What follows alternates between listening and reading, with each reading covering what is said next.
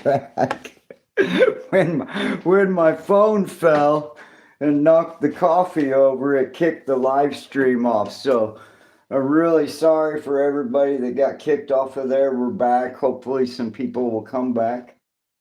But we're inside. I'm gonna get me a fresh cup of coffee, obviously, and roll a cigarette. I've been working on some projects, kind of some cool stuff. If y'all want to see what I've been doing lately, this here is my rolling cart that I made to take my kayak to the lake. So what you see is that's the shape of the bottom of my kayak, and it sits on there real nice, and it's got 3 wheels and a nice little solid wood frame. I did a lot of extra reinforcing on it, but if you'll notice all the extra styrofoam that seems to be on there, and this is really lightweight, but it's all glued up really nicely and waterproofed, and styrofoam is all that is, and spray styrofoam and chunks and blocks of styrofoam. So I'll be able to pull this behind my boat and it'll float on top of the water, and then that way I don't have to leave it on the shoreline for somebody to steal it. I can paddle it, a half a mile, or it's no heavier than the turtle full of food. It's about the same weight as what the turtle was when I had it full of food. So I could essentially, if I made it a better shape, I could pull it all day long. But I just made it just good enough to float a couple 100 yards, stash it away from the road, away from the parking lots, and hopefully nobody will steal it, because it's about a 4.5, 5 mile walk to the lake from here. And, I'm all ready to go, ready for spring, just waiting on good weather. So, all right, hold on a second. We'll get back outside and look at the cityscape. I really probably need to get a towel and get that coffee cleaned up.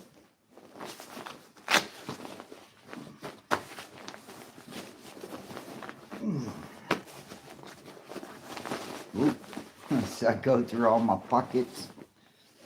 I ain't been on here in so long, and it's good to see y'all. I'm glad y'all stopped by and said hello. I've been pretty quiet lately. I've just been kind of keeping to myself, trying to figure out how to get used to this new environment. It's a little wackadoo. In my opinion, for this old man, it's a little bit much.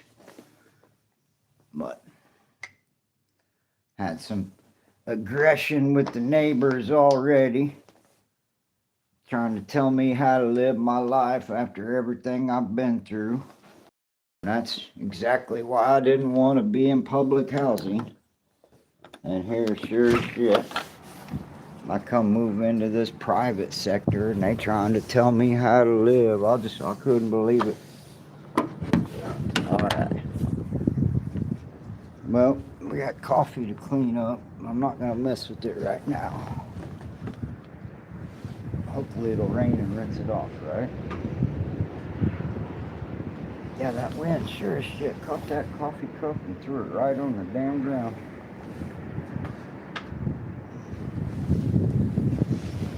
Get this tripod set up better for you guys to see across the way. Alright, we'll flip the camera back around. Alright. Now we got a good view of Canes here. Watch this. I'll leave this here long enough so you can see somebody skip off of that parking lot. It's hilarious when they come pulling out of there. Oh, let me get it lined up better. Oh, here comes a victim. No, he's got good clearance. Clearance. I'll leave this here long enough, you'll get to see somebody skip their oil pan off of it.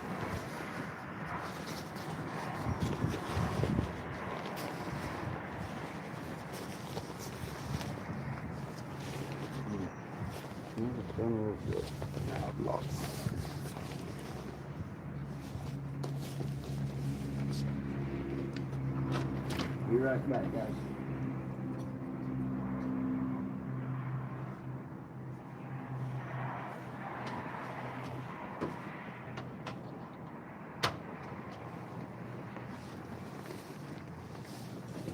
Welcome to the live stream. What are you looking at? We're looking at the exit out of this Raising Cane's chicken place where the people drop their oil pans on the ground because it's a funny shaped hill. Hoping to catch that. We're actually waiting on the vacuum trucks to come along, but I thought it'd be funny to catch this on live. Eventually somebody will turn out and bounce their car off of that hill.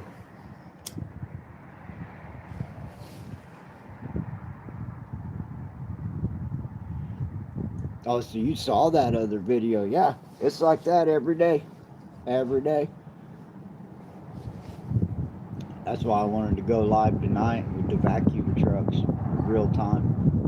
I may get sick of waiting on it because it could be anywhere from like midnight to 2 or 3 in the morning. But if I get tired and shut off, I'll go back live again when they do come by.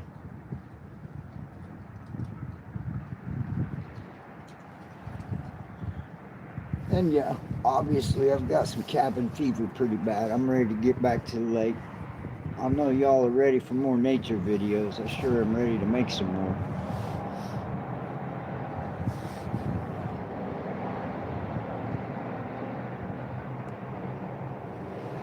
Yeah, we need to give that squirrel a name, huh?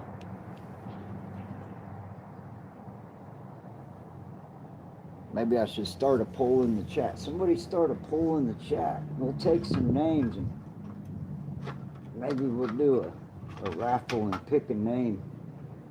And then we'll make you a moderator and you can be the royal namer for the squirrels. Ever since I set this camera up, there ain't been nothing but high-centered vehicles come over. There ain't seen no tiny nothing come by. We need a real something low to the ground to really watch it bounce off of there.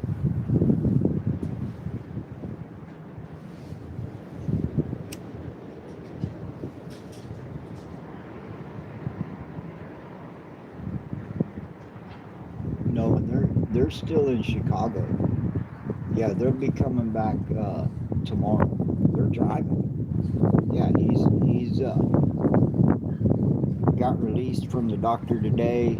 They said everything's good to go. They like the way it's looking, and so they got him a minivan. Gonna put him in a bed in the back of a minivan and driving him back from Chicago, and then they'll just be at Colby's house until they. I don't know if they're moving back here or not, but they're gonna be at his mom's house for a while.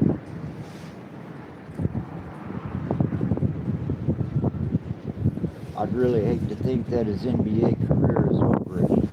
He puts up a lot of points when he was with Charlotte. The Hornets sure like having him around. And then he went over there and did that year in Europe. Posters and radio interviews and just about famous over there in Germany. All the girls want to be him. He's got a cute little wife.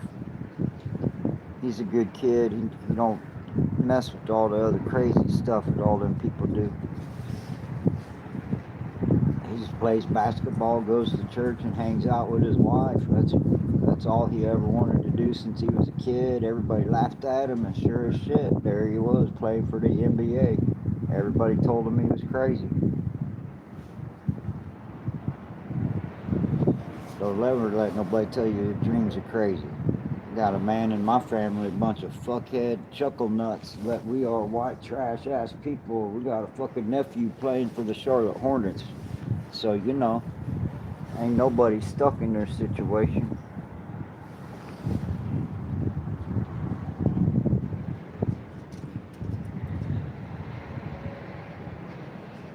what's his name? Look up Golden State Warriors Allegri. Look up Charlotte Hornets B team Angelo Allegri. He's a hell of a 3-point shot. He don't miss a lot. But he was, he's such a freshman in the crowd. It's highly competitive, but just the fact that he even got 15 minutes of time on the court with the cameras on it's pretty exciting stuff. So hopefully that knee surgery will go okay and he'll be back on the court soon.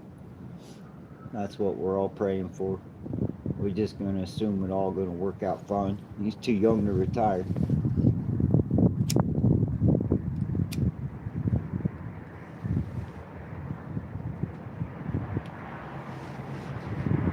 Well, he's not really my nephew. He's my niece's son. So what, my great-nephew? I guess he'd be my great-nephew. I ain't seen him since he was about 7 years old. I lived out in Colorado for 25 years.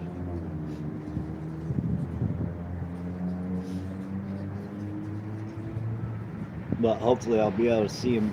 I think they'll be coming out next week. He's probably going to get pretty bored, not have much to do, so they'll probably come out here and visit, I hope.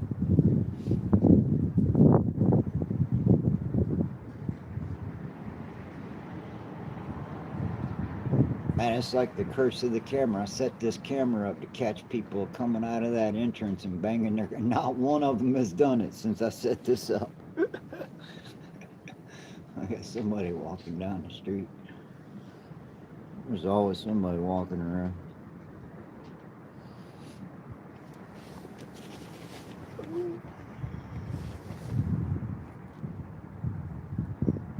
Sure, my neighbors, they already think I'm crazy as fuck. Now they really think I'm crazy as fuck. They don't even know. All of us on here hanging out and chilling out on YouTube.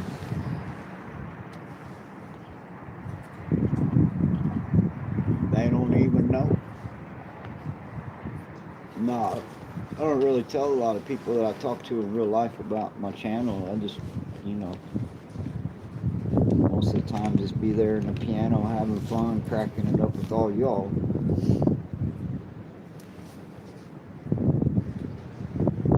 Yeah, it's been a bit of a weird adjustment.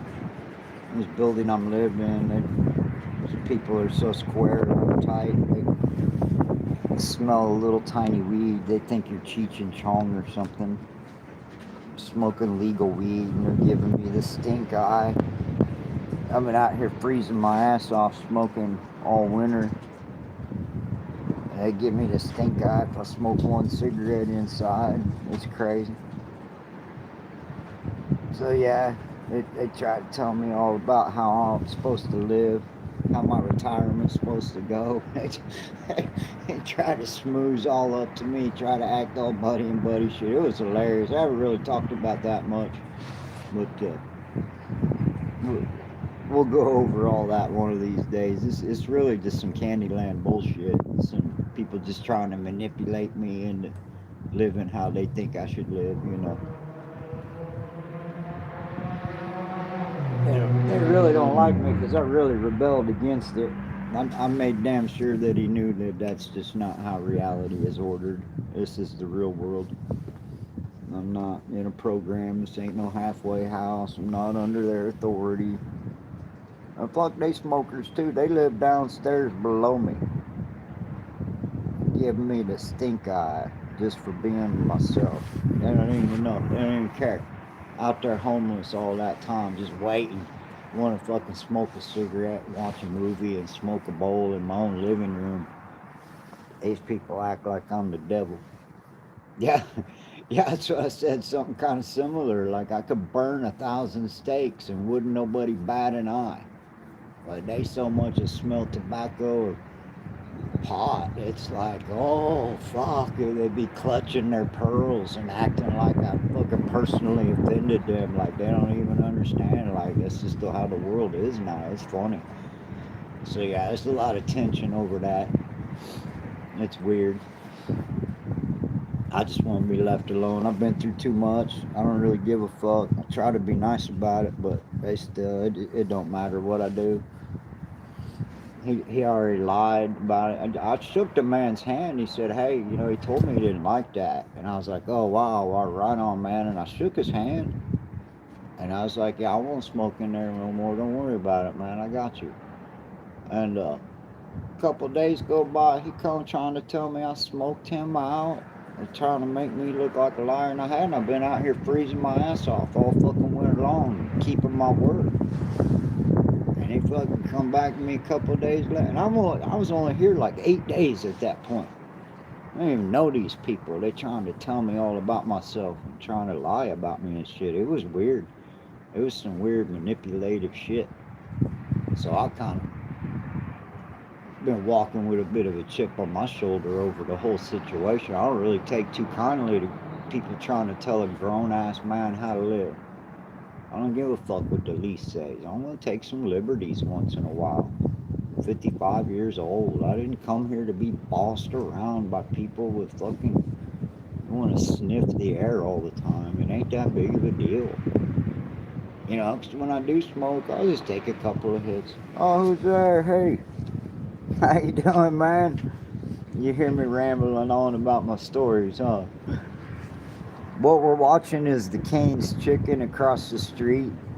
And when people pull out of that parking lot, they bottom their oil pan off the bottom. And so I was hoping to get a good shot of it. See where that car just pulled out there? A lot of times they'll just pop their oil pan on the bottom of that. It's hilarious. I've had this camera set up for a bit and ain't nobody done it yet. But right there is where it usually happens.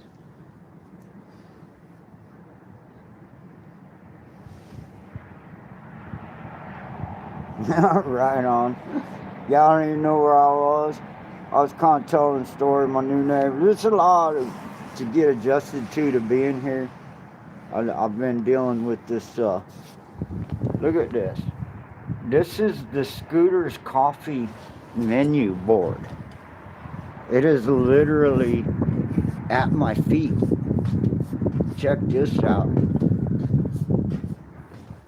So, man, what I'm doing while I'm here tonight is it's Thursday night. The vacuum trucks, big old giant industrial trucks in it, guy's going to be walking around here with a leaf blower here in a little bit. And so and this is my apartment right here. And so check this out, Josh. So I done called and I've been talking to the general manager of this Scooter's Coffee. She's like the general manager for the whole region. She lives up in Nebraska. She only comes down here like once a week and shit. But I got her personal phone number. And I've been asking her for 2 months. I just moved here 2 months ago. Like, hey, man, this drive-through is unusually close to my front door. And you got a couple people that... oh, you did see that. Okay. And so, with this whole big thing, I've been calling her like, hey, man, you guys got to keep it down. Hey, this is too much. Hey, you guys are too loud. This is crazy. And so finally I got a hold of the lady at the codes. She's like a code enforcement officer. And she came by here, and I had a whole other video that I put on YouTube that was like my evidence of how crazy it is with all these trucks backing up. They'll come in and use our driveway to back up and do a 3-point turn instead of just going around the block. And, it's pretty noisy.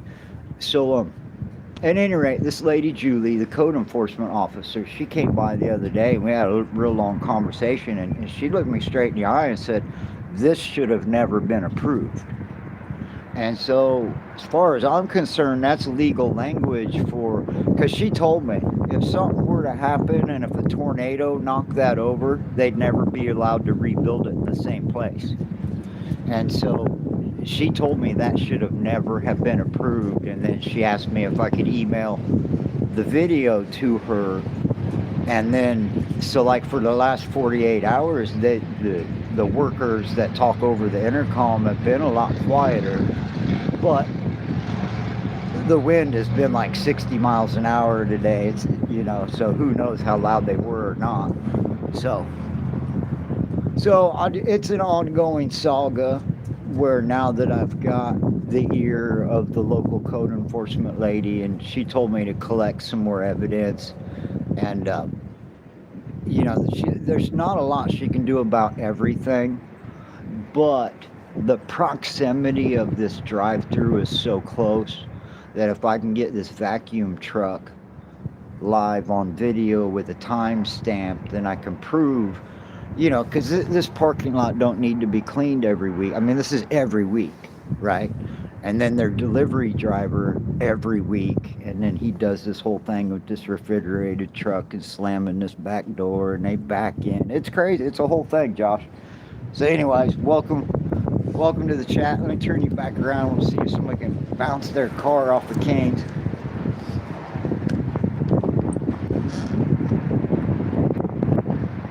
Did you see my little squirrel? I don't know. I did not post that one. I've been making friends with a squirrel that comes by here, and we shared a pizza today.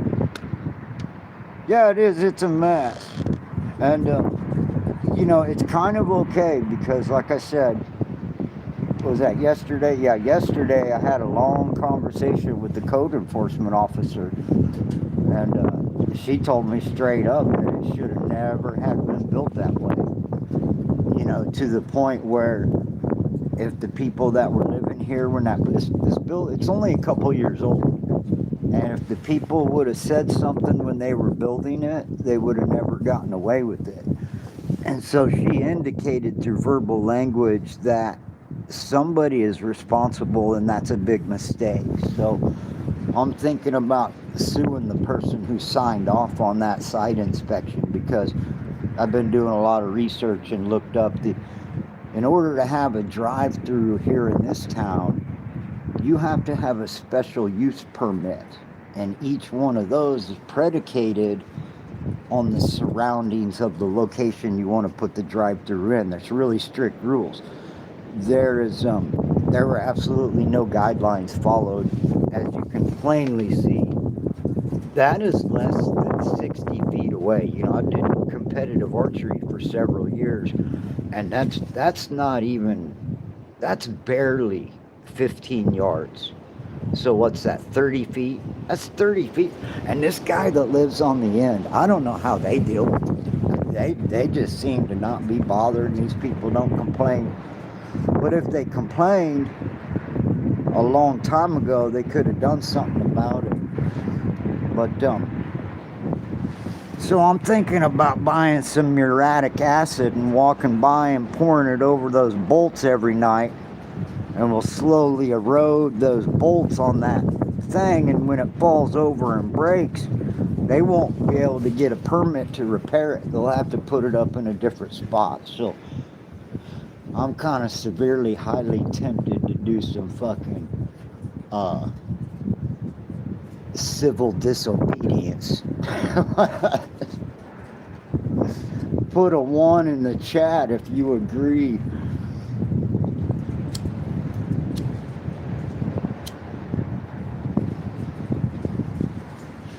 But in the meantime, I'm going to let it play out.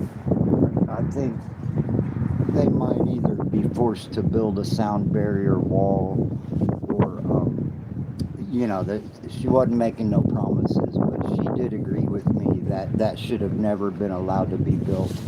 And so that took a lot of pressure off of my mind, knowing that a government official also agrees with me. I'm not so far out in left field.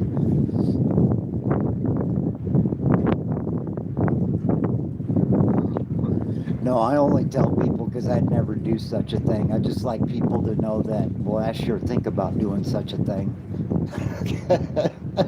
I'd go buy me a $200 junk car and just run into it and knock it over. They would never be able to rebuild it legally. But no, I'm tempted. That's why I talk about it out loud, so I already set myself up to where I can't do it. That's kind of my way of being honest about shit. create a closed loop.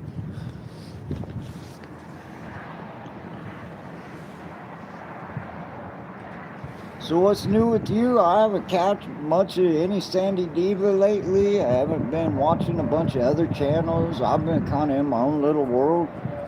If you look earlier on the live stream, I'll show you that I built a little 3-wheeled styrofoam cart to pull my kayak to the lake with, and filled it all up with styrofoam so I can flip it upside down and float it so I don't have to leave it on the shoreline. It's pretty cool. It's too big to test out in the bathtub, but I'm pretty sure it's gonna float just fine. Because yeah, like all the regular kayak carts are only 2 wheels, and like the really good ones are like $100, and the wheels are real flimsy where they're just like a cotter pin onto the axle, and the base the surface you actually balances your kayak on is only like 12 inches long. It's real tiny. Oh, cool. Right on. I haven't seen any ads for them. I've been so busy watching all this stuff in Iran and all this other craziness. You guys plugged into all that too. Watching World War III. I think that probably takes more of my attention span lately than anything else. But yeah, tell everybody I said hi. I want to stay on here and keep the channel open so I can catch these guys with the vacuum truck just to put it on live, get my video evidence with my timestamp, doing my diligence. And they might not be able to do nothing about that, but she told me to get a video.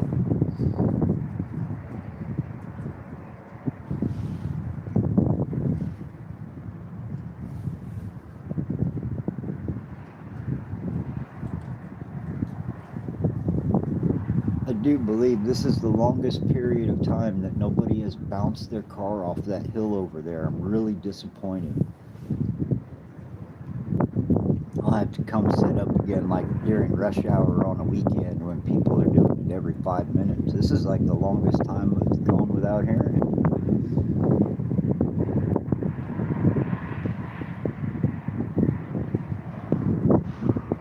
it. Yeah.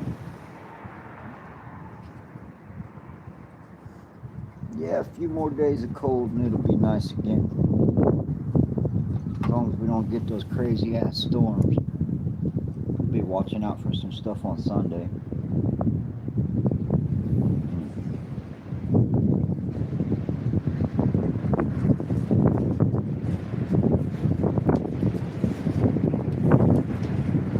Yep, see, it ain't nobody bouncing off there. They're all high-centered vehicles, darn it. Oops, what was that? Oh, cool. Alright, we're going to take you back inside and warm the coffee up real quick. I can't leave the tripod out here, it'll blow over. We done went through that spilling the coffee. Gosh, it's 11:30. I don't know where they are. Have you even seen my new place? My kayak in my living room. It's a tiny little place, man. I got my little TV and bought me a little chair at Walmart. And I kind of built me a little wall out of some crates. I got my little TV. These are all the different pieces of wood that I gathered over the summer. Some of it good red cedar I'm going to make some stuff out of. It's a beautiful cedar. And then I got my little spot for my piano. And then here's some crafts I've made over the years. Some little paintings.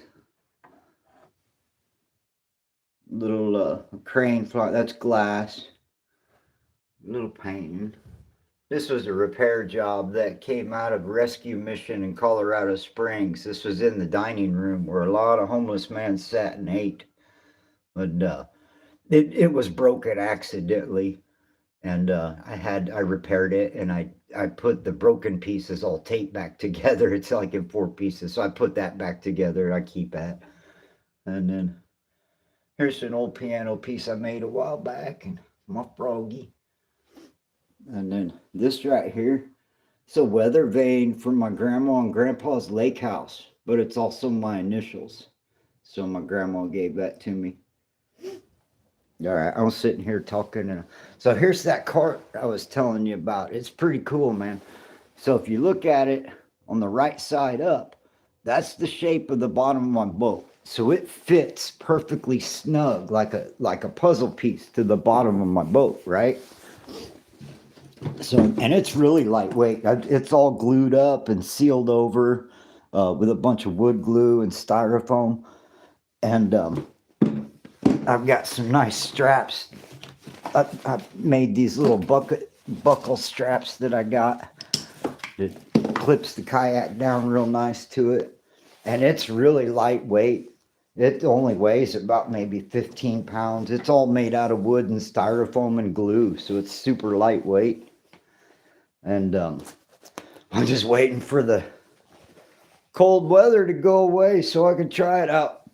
Got the hiccups. All right.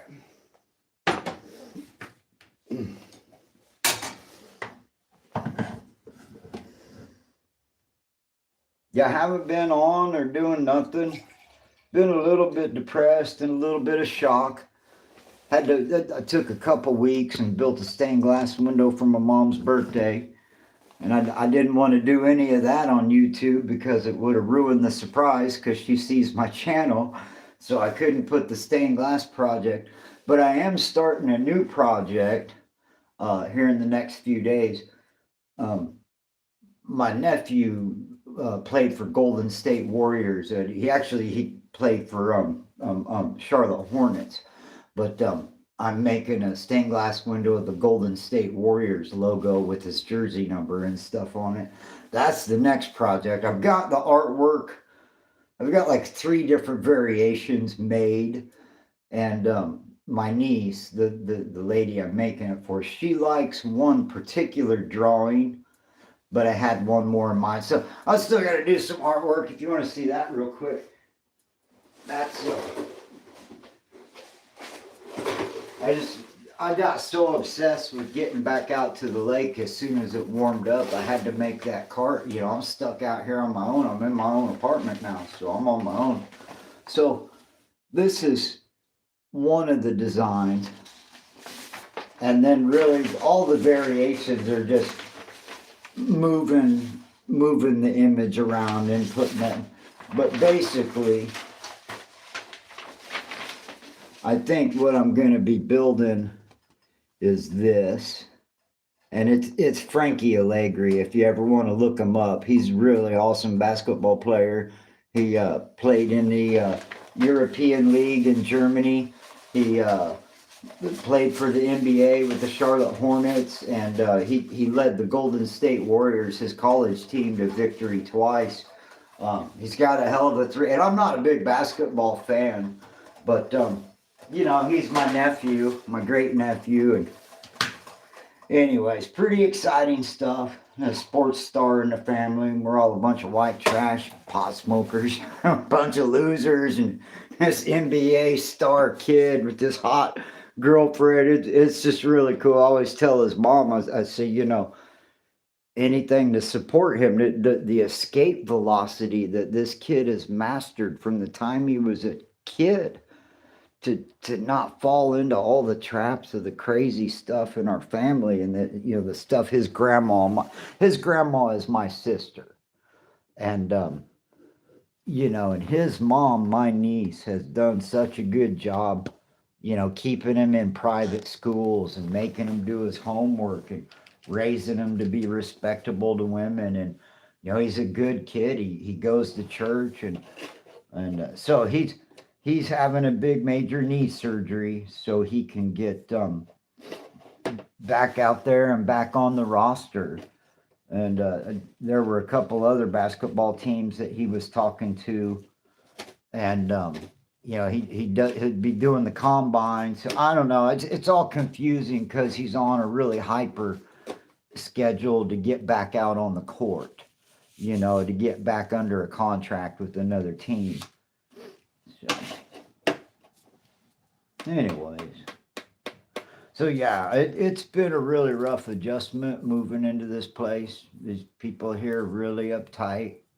They treat me like a piece of shit. The dude already lied and said I was smoking in here when I wasn't, and I mean just silly Candyland stuff. I'm like, I'm an old man. Why would you even tell that? And I live upstairs, and he's a smoker too. He smokes cigarettes, and they get all upset and angry, and they're all angry at me because all these trucks and all this noise.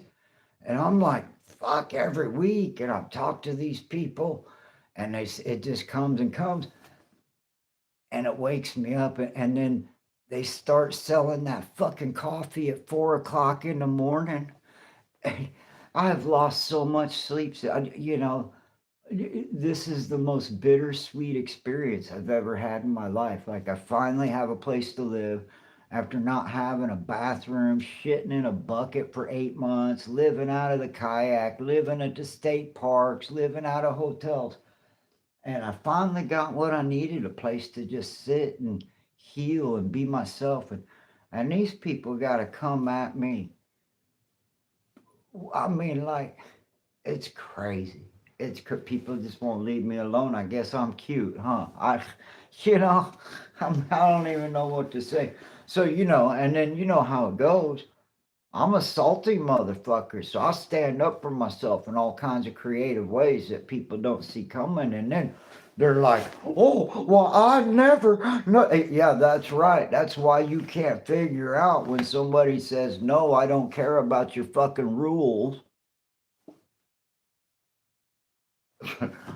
This is a real world. I'm not no halfway house. Turn me in. Call the cops. I don't give a fuck. These people at Scooter's Coffee. I've been talking to this manager, this regional manager, these people's boss. I've been talking to her on the phone for 2 months since I moved here. And I finally told her a week and a half, 2 weeks ago, I said, look, diplomacy's over. I'm not getting nowhere with you. These girls are waking me up every morning. They're talking. I mean, it's insane how loud it is. And I told her, I said, diplomacy's over. And so I waited to Saturday morning till they was real busy. And I started calling over at the coffee shop and ringing that phone. And I called and they answered. And I said, hey, man, y'all really need to turn it down and stop being so rude and being such bad neighbors. And they hung up. So I called them back about 20 times in a row, all in the course of about 15, 20 minutes. And after them people bugging the shit out of me for 2 months. Now, mind you, the manager lady told me to call her anytime if there was ever a problem. And that wasn't working, so I started calling her employees and bitching at these little young girls working there, a bunch of stupid college girls. They called the cops on me. And it backfired. So that's what got the code administrator come out here, took one look and said, oh God, this should have never have been approved. And they called the cops on me, and now they're in trouble. So, it's hilarious. All right, I'm gonna go smoke another cigarette outside. It's good to talk to you again, Josh. Sorry I've been so invisible lately, but I just needed some time to regroup. It was a rough road those few months that when I met you guys, I was in a rough spot. I feel like I got a long way to climb out of the hole, I'm living a hole. My life has changed 180 degrees, I can walk to Walmart now. I walk everywhere I go. I don't take the bus. This guy that's giving me shit, he's a bus driver for the route that drives by right in front of the building. He drives by every 15 minutes, honks his horn, stares over at me, sees me sitting outside, double takes every time. Oh gosh. Oh, it's hilarious. Right on. All right, let me get back out here in the wind. If the wind's too much, I apologize. But I do need to probably start talking quieter. Maybe gonna go mute and just kind of watch. It's getting kind of late for me to talk this loud and be narrating. So we're just going to go back to watching the street life. I appreciate you stopping by. Thanks for being here.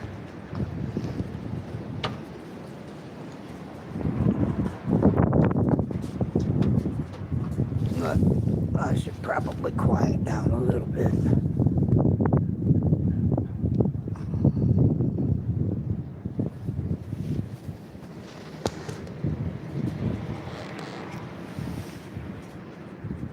It's such a bad angle. Okay, there it is.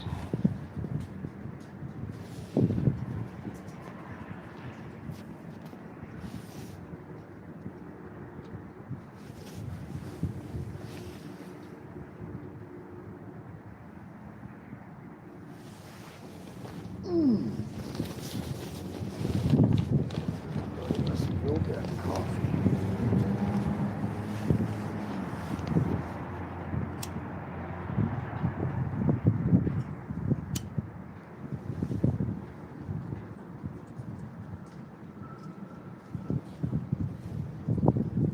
How's the wind sound on the other end? Is it ruining the audio? I can mute that.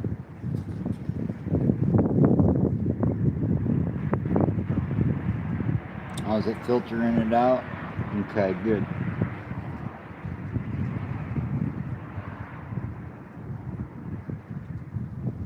That last phone I had, that microphone was just so crazy. Every little, it'd pick up mosquitoes flying by. It would just be a buzzing sound, and it took me forever to figure out what it was. But it was bugs flying by.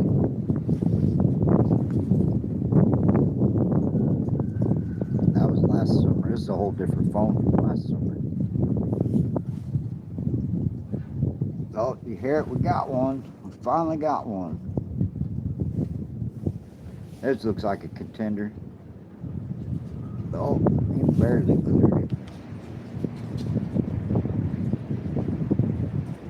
There's a little bit better view.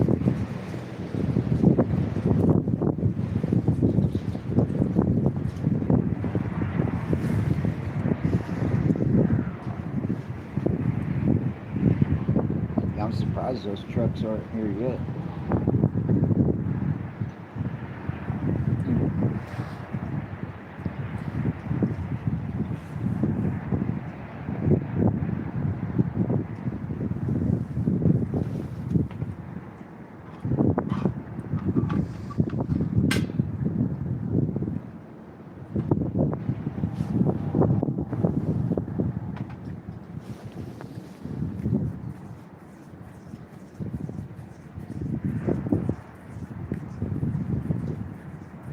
Here comes one. Will he hover or bounce? Let's see.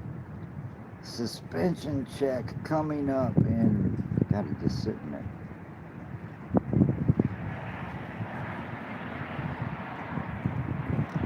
Quite a bit of traffic out here for the time of day. And we have good clearance.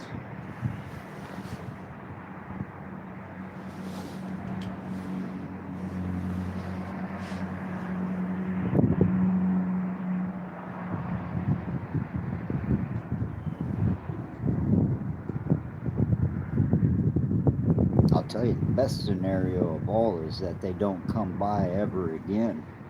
Maybe I got through to them.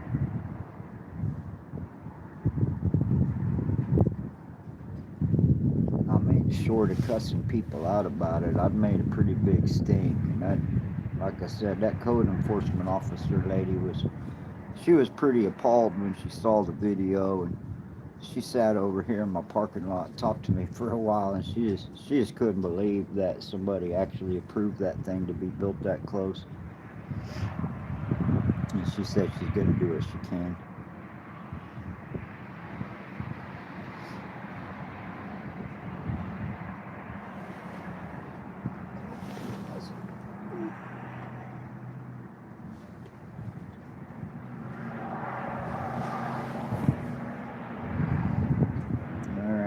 smoking a bowl. So it's time for the adult swim. If you don't want to smell pot, you better run away.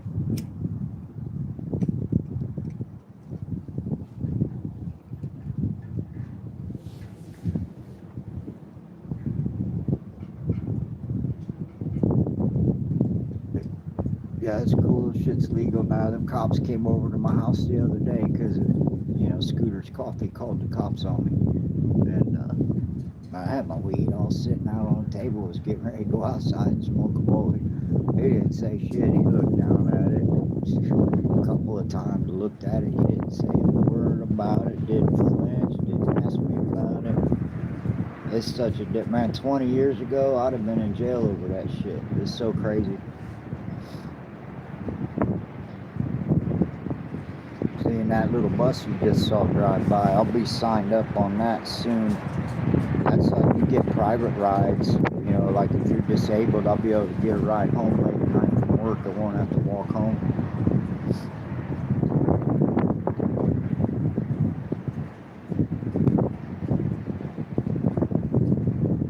I've seen those buses as late as midnight, as early as 5 a.m. They might run 24/7. They're kind of like little personal shuttle cabs for, like special needs, disabled, whatever. I don't know. My caseworker got all that stuff figured out.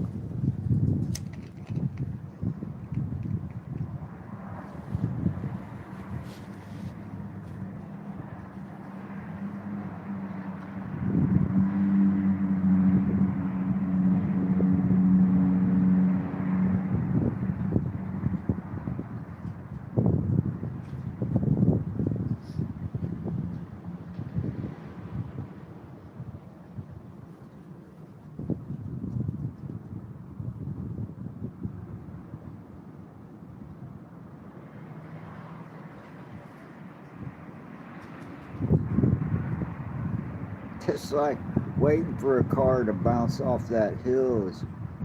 It's like the deer know when you pull a camera out, all the deer run into the woods. You don't see them then either. Ever since I set this tripod up, it's been nothing but high center vehicles and trucks and SUVs going over that. That's kind of funny.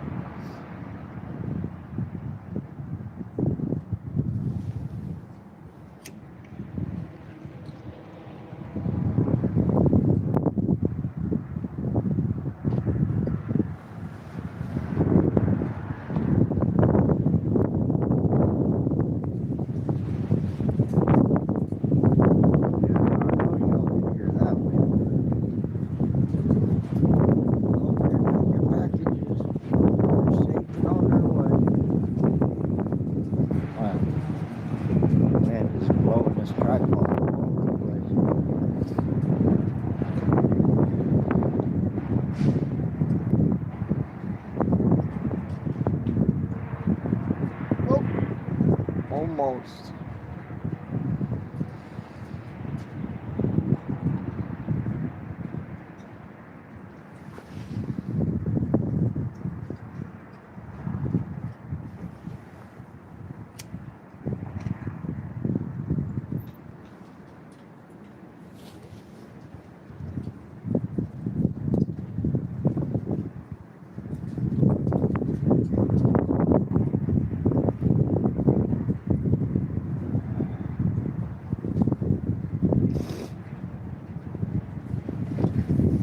I figured about midnight it might go back in and roll another cigarette.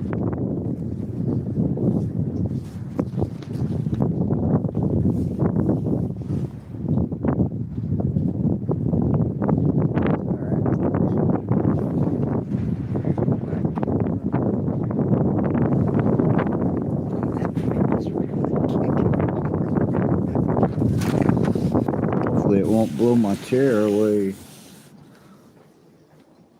So yeah, I go in and out to smoke. It's crazy. It makes me feel like a child. And I don't really mind, I don't mind going outside to smoke sometimes, just not all the time.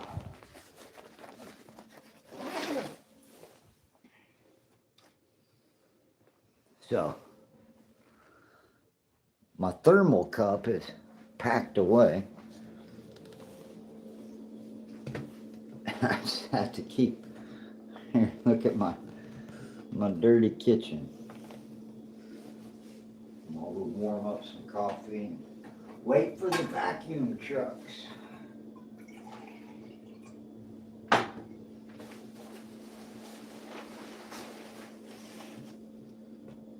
Here, watch my coffee. Make sure it don't boil over.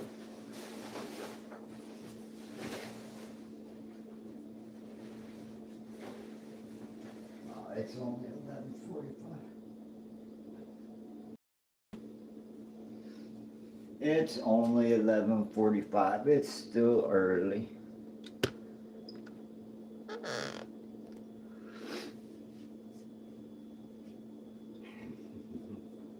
Waiting on the coffee.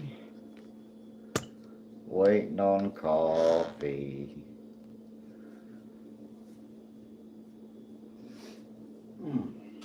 Actually, need to top it off. The last time I came back in here, I didn't put no sugar in it.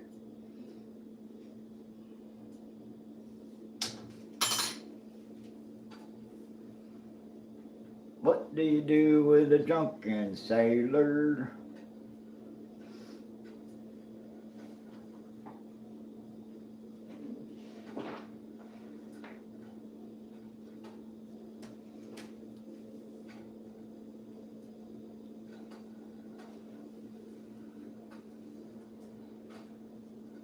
His lights are so bright, it's like keratoconus activated.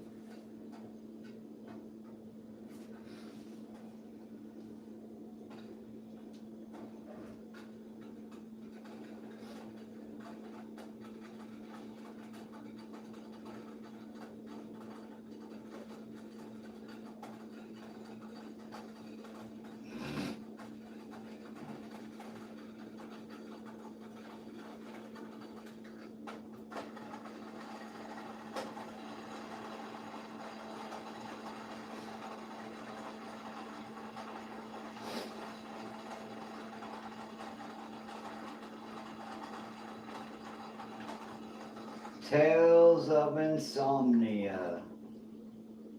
Man, I fought with sleep my whole life. I was doing so good, and then coming out of the wilderness and going back to that shed for those last couple of months while I was waiting to move in here.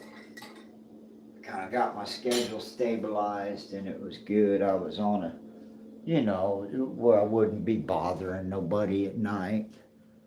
I purposely became a day person. It took me a couple weeks, and I put a lot of effort into it. And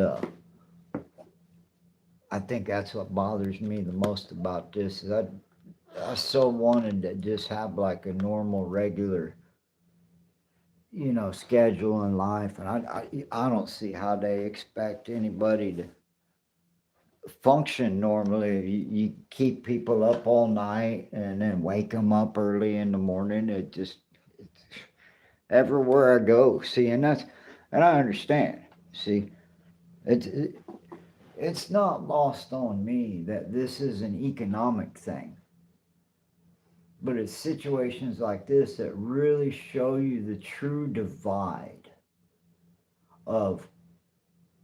They say everybody has the same rights.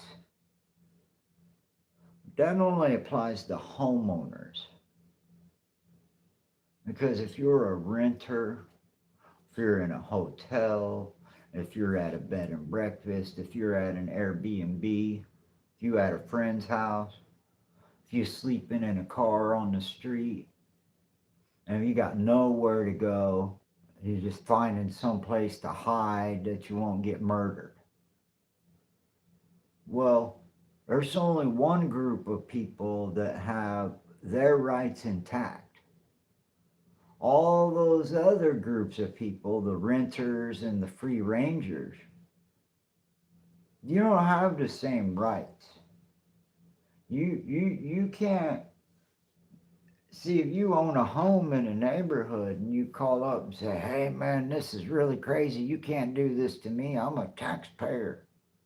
Well, they'll fix that right up and they'll pass a bunch of laws in city council and they'll make it to where, oh well, trash trucks can't come through until 9 in the morning. They'll pass some city codes, this. And then when you're like an apartment dweller, they look at you like, oh well, didn't you know this was here when you moved in?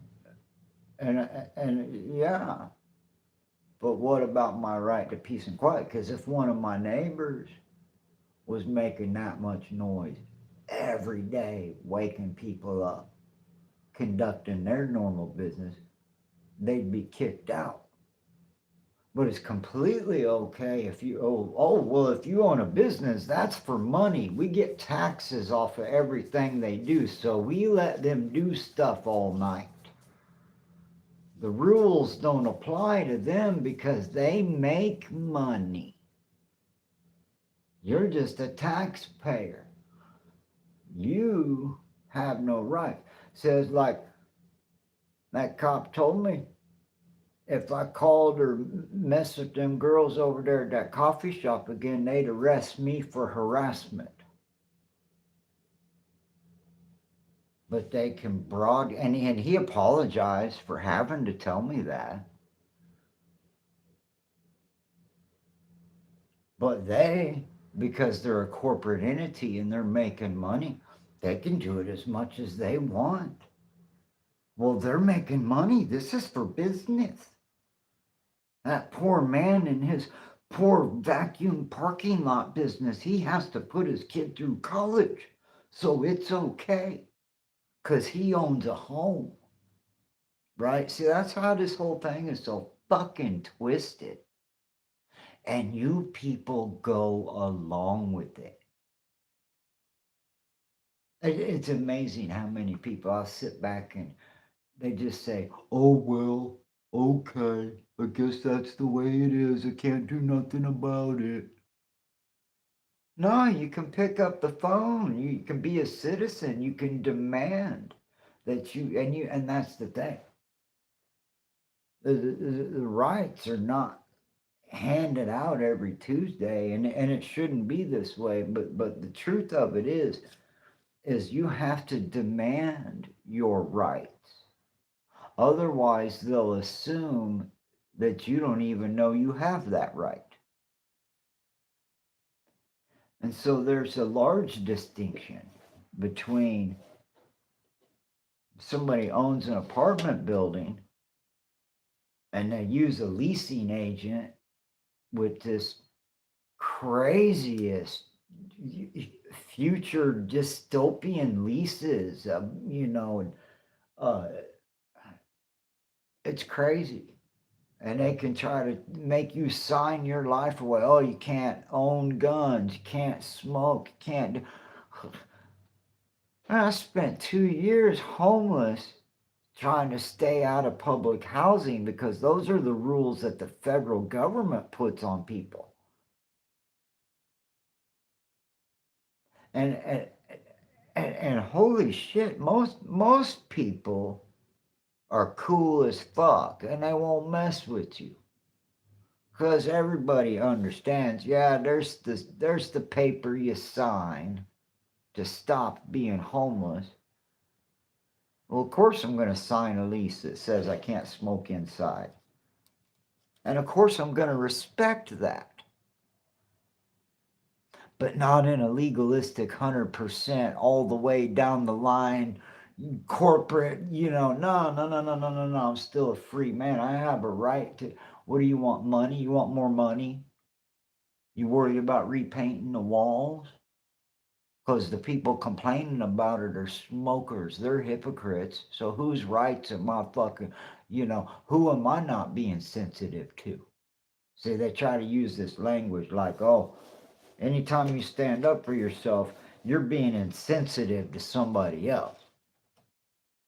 Well, what about my whole 55-year-old disabled man lost everything from this damn eye disease? And you mean to tell me I can't even take a couple of hits of weed off my pipe without getting a stink eye? What a fucking asshole. These people are so worried. And I'm upstairs, I'm above them.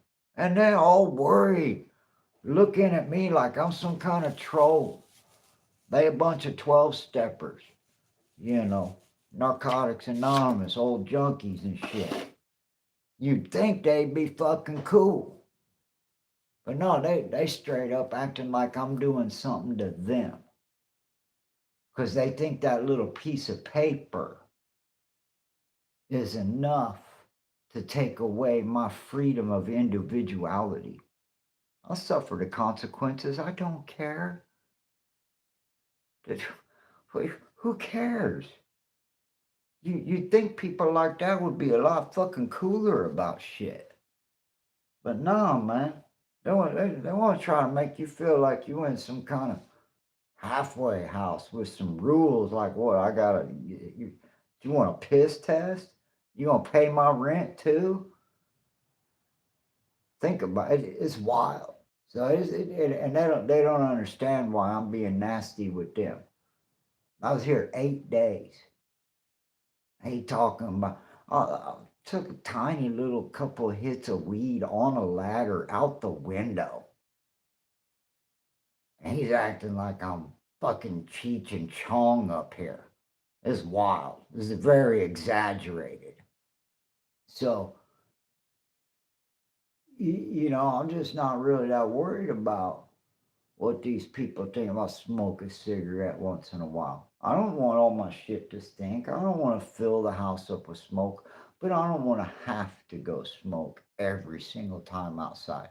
I'm a 55-year-old man. I have the right. If the landlord wants more money to repaint the place, that's fine. Sue me. I don't care. It's worth it. But I'm not gonna have some and like this dude. So I was here 8 days, and welcome back to the channel. Glad you're here. So I'm kind of filling in. I haven't been on in so long.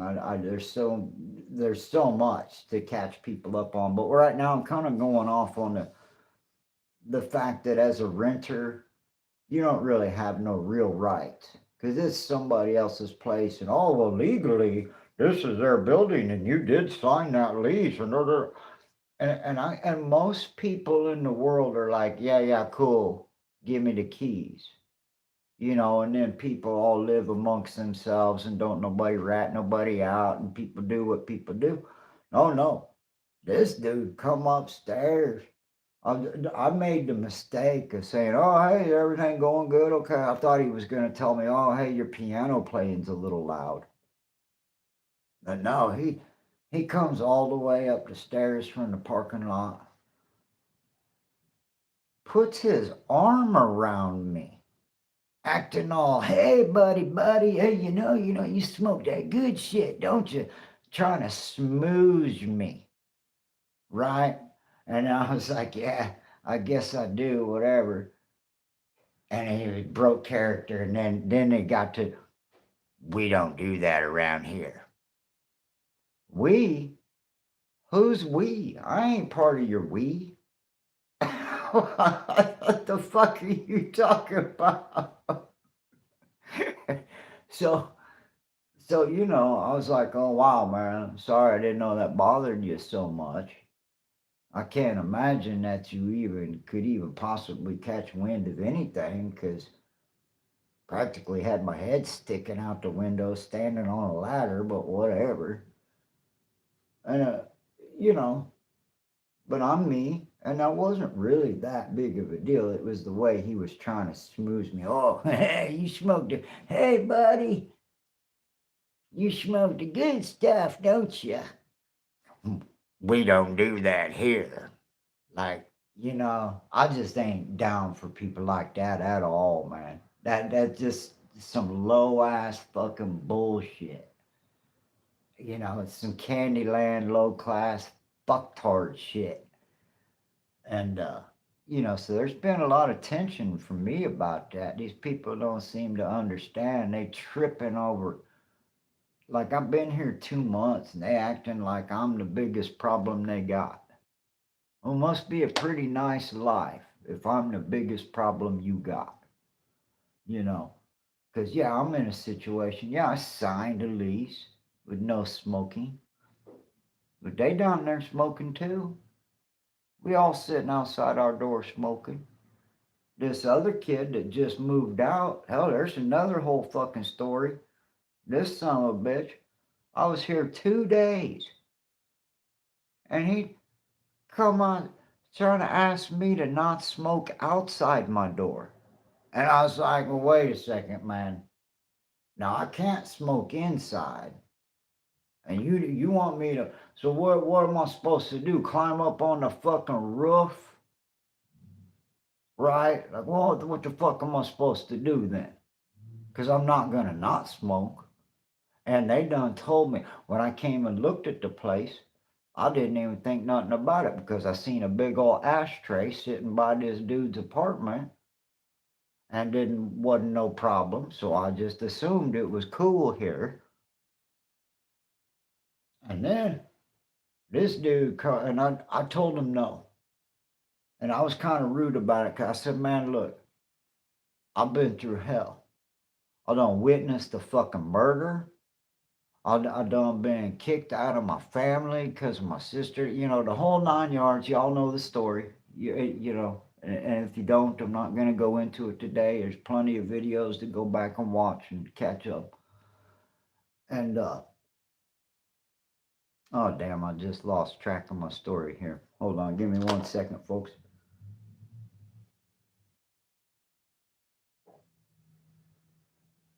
Um, where was I at with that?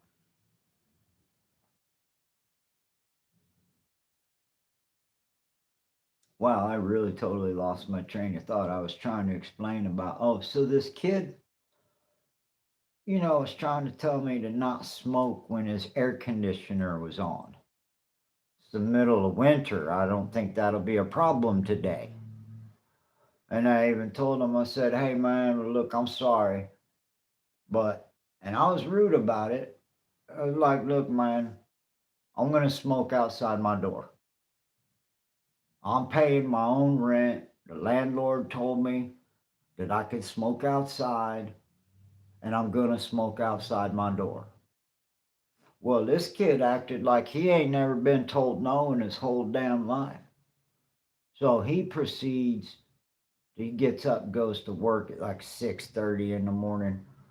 So he was slamming his doors and it doing a lot of extra little jiggling, jangling. And then every Friday he'd slam it real good and hard. I didn't say nothing. This went on for a few weeks. Every time I played my piano, he'd punish me. Anytime I'd have some heartburn and be up in the middle of the night going in and out of the door because of smoke outside, he punished me for that. Acting, you know, I'm a 55-year-old disabled old man. I got a lot of fucking problems. I got 3 kidneys. I have issues. I'm disabled. There's a reason I live this way. I mean, let's be honest. And these people have been so fucking insensitive about my disability. They don't even know. So Friday, the next Friday came along, and I'm laying there in bed, and that kid slammed his door, bam! And then he went for the double tap. He went bam, bam. And I mean, it was loud. It was like, and our doors are like right next to each other. My apartment, his apartment. So our doors are like literally butterfly into each other. And welcome to the stream. So I waited all day for that kid to come home from work. He's like a 35-year-old creepy dude talking about fucking playing Magic the Gathering. Dude's got a bald spot playing little kiddies game. It looked like a real creep to me. And I told him, I said, man, look at here. I said, you ever make me feel like you're kicking in my door at 6 o'clock in the morning like my house is being broke? I said, you're not going to make it to the bus stop. I'm going to chase you down in my underwear. And I'm going to beat your fucking ass in my fucking underwear. And And I thought that was going to be about the end of it. And this little smart ass little son of a bitch and 30-year-old idiot, creepy kid, has the audacity. And then he looks me in the eye and says, "Oh, was it too loud?" I got right in his face. I said, "Motherfucker, you be better off not saying another word. Go away. But if you ever make me feel like my house is being broke into again, you're going to fucking regret it. You have no idea. I have severe PTSD. You have no idea how dangerous that is." Motherfucker moved out 4 or 5 days later. Well, 2 weeks later, he moved out. But the whole time, and I guess he knew he was moving out. I guess he, same management company, just moved some apartment down the street or whatever. And he had all these people come over. He didn't even help them move nothing. They did it all for him. It was weird, man. It was like watching somebody take care of a 12-year-old child or something. I ain't never seen. As far as I know, it wasn't disabled. And I told him I was, and he was trying to trigger me on purpose. So I've only been here 2 months, and I've been telling stories for an hour and 11 minutes about how wackadoo it all is. And that's nothing new. This has been my life for as long as I can remember. I the craziest shit, the craziest, most fucking sideways people always be coming out of left field and try to come at me with some sideways, weird, twisted, fucking unnecessary shit. And then I stand up for myself and people act like I'm fucking Satan. It's we're totally living in the inverse. These are the times that Jesus spoke about, where good is bad and bad is good. Because I was raised in a world where the way I'd be dealing with people was considered respectable. But now all I get is fucking dirty. Look, they assume because I ain't got no teeth, they think I'm some kind of fucking junkie. I never did those drugs. I had bad teeth. It's called being disabled. I had problems. I did stained glass for 25 years. I built windows for churches, for crying out loud. Did ministry for 5. I mean, was a garage door mechanic. I didn't have a lot of time to be out there being a junkie. I didn't lose my teeth. So, but people will assume, because, I don't wear I have hypersensitivity issues. I can't wear jewelry, and go figure. I got a pair of $9,000 teeth in there that I just can't get used to. I just can't deal with it. I can't have shit attached to me. It closes about as far as I go, so there's a little bit of the stressors that I think are unnecessary that I've been dealing with. I can understand they might not like it. I can understand their discomfort. I can understand their displeasure. What I don't understand is they taking it personal as though I was doing something to them. See, I haven't asked nothing from nobody. I just assume they their own people. If they make a little extra noise, that's their life. It ain't that big of a deal. It's momentary. It comes, it goes. But I've only been here 2 months. And these people have made me feel like I'm some kind of fucking demonic troll. You should have seen how they watched me move in and then they watched me for 2, 3 weeks. Just watching me all the fucking time. Every time I go outside, there they were, pretending they were smoking outside. Now that they done had an eyeful, they certainly don't seem to smoke as much. Now, except for the brother who just appeared out of thin air because he couldn't pass a piss test at the fucking sober living house. So I got some unvetted dude creeping around. I go outside to smoke a cigarette. He'll come shuffling from underneath it somewhere off to the side. It's weird. And I don't know nothing about this dude. I don't think he's been vetted.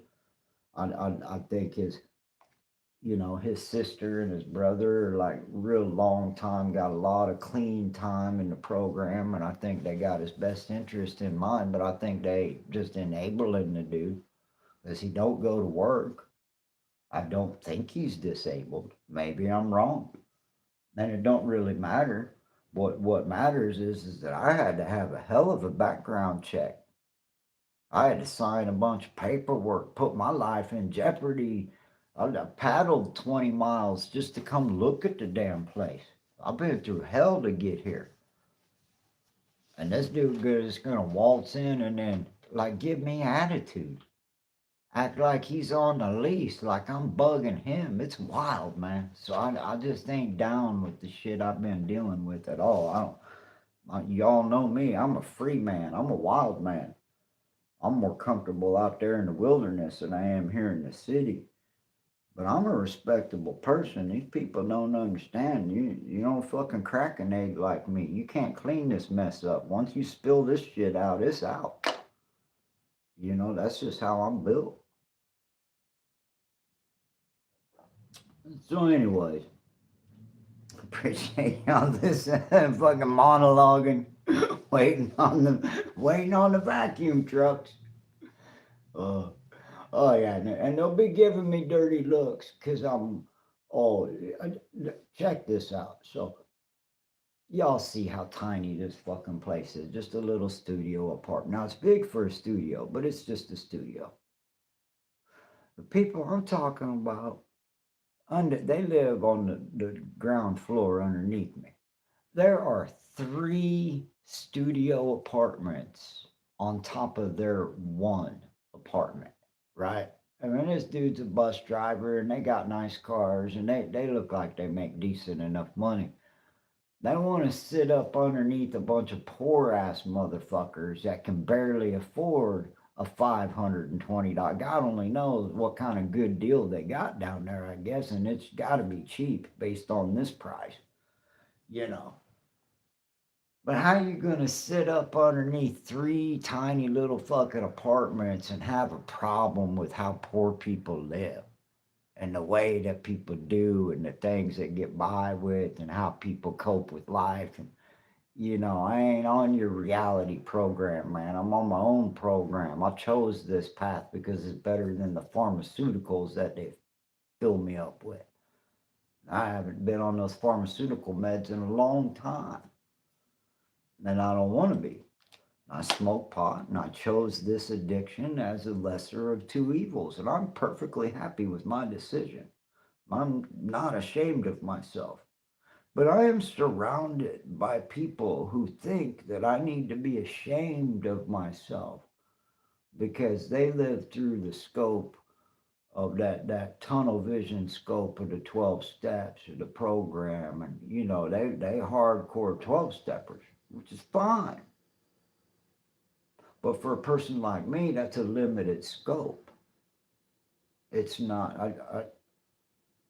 But I don't do other drugs and I don't struggle with alcohol. I've chosen to be a pothead now that it's legal. Now, before it was legal, I was on pharmaceuticals and it messed me up. It was horrible.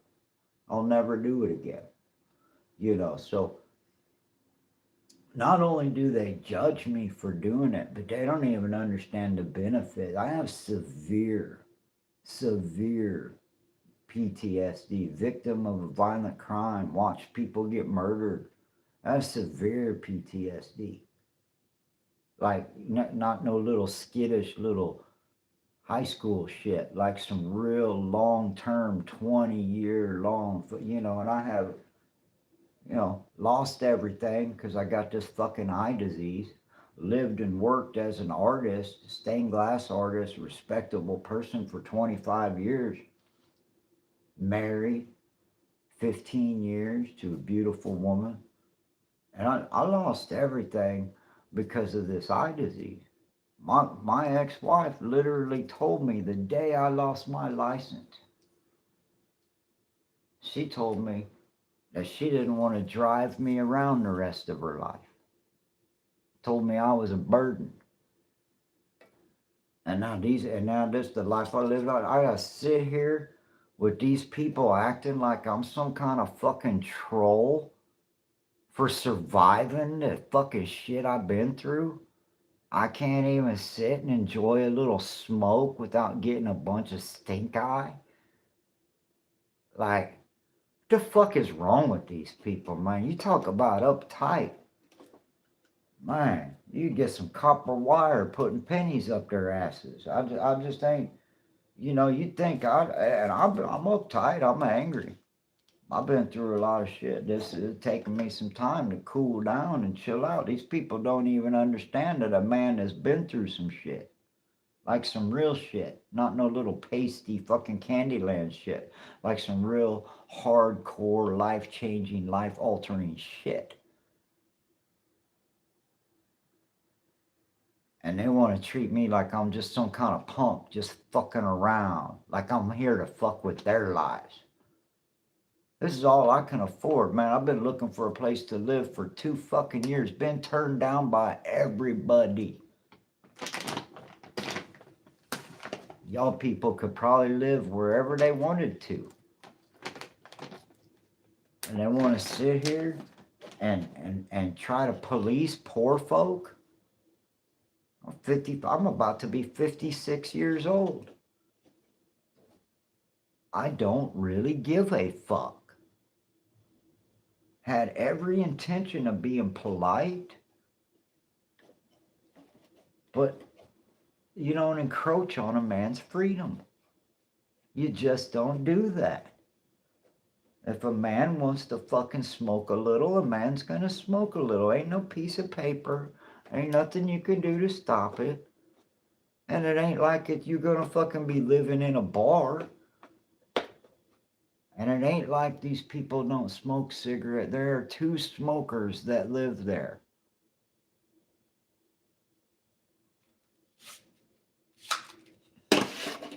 But they giving me the stink eye for trying to figure it out. I tiptoe around. I try to be quiet. I feel guilty about every little noise I make as it is. But,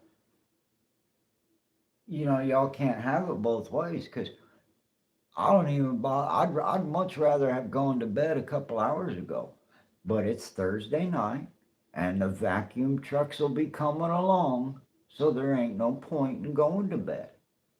But these people are going to act like I'm the one keeping them up.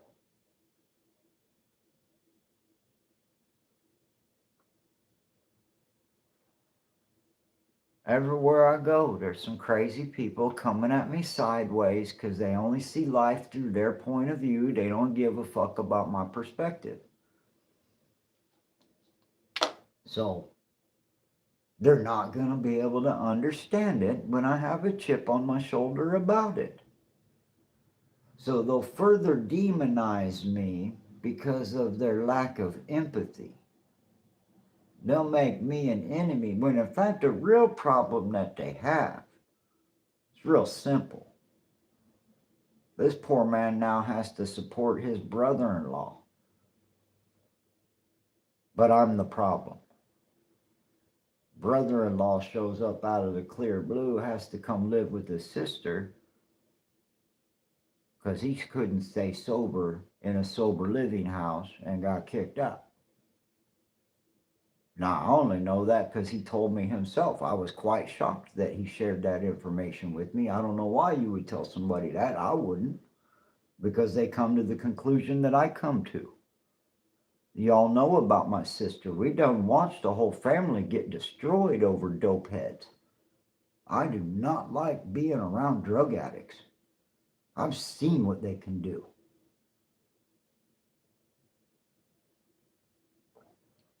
So, now all of that is just the stuff that's been recent.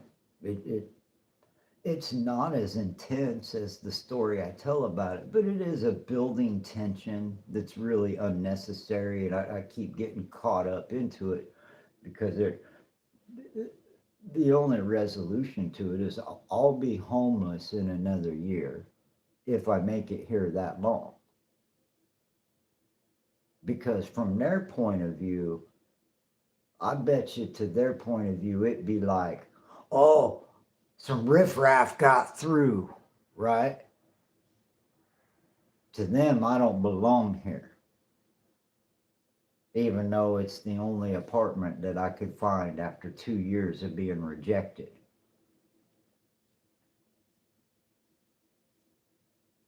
So, what's the point of following the rules when these people are just going to invent shit? It's pointless. It's meaningless. They could go live anywhere they wanted to, I bet you. This is the only place I could find. I don't know what the fuck y'all expect from me, but I think it'd be nice if they could understand that this is just the way it is. And it ain't that big of a deal. I don't have no fucking friends that come over. I don't fucking drink. I don't fucking really raise a ruckus. I play the piano. I talk to myself all the damn time. After 3 years of fucking isolation, living in the wilderness, you get kind of does that to you. I'm not ashamed of it. I hear people talking outside all the damn time. What's the difference?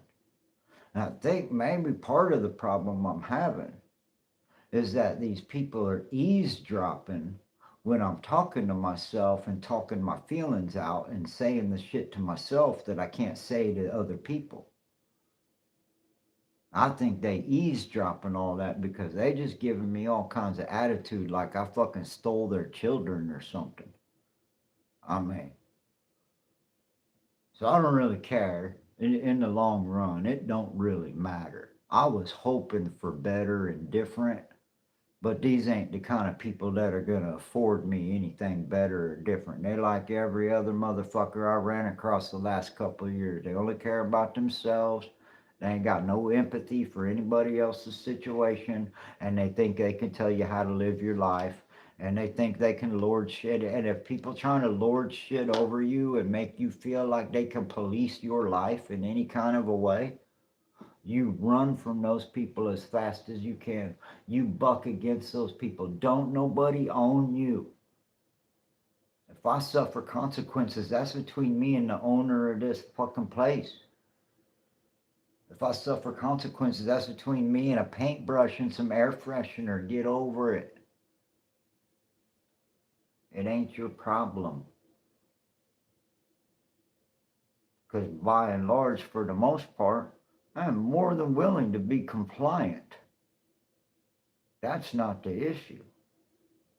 The issue is I'm not going to be policed by an average citizen.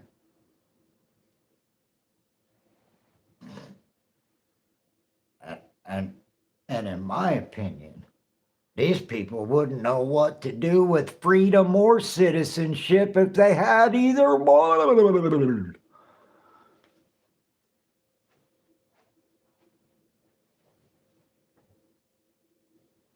So, that's what we're reading about it. Oh, right on. Let me find my hat, guys. We're about to go back out.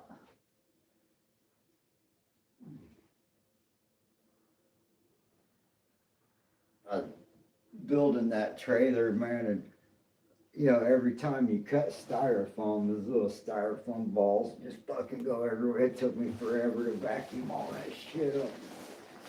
It goes everywhere. All right, let's go have a quick smoke outside. Still waiting on the vacuum trucks. The door's locked.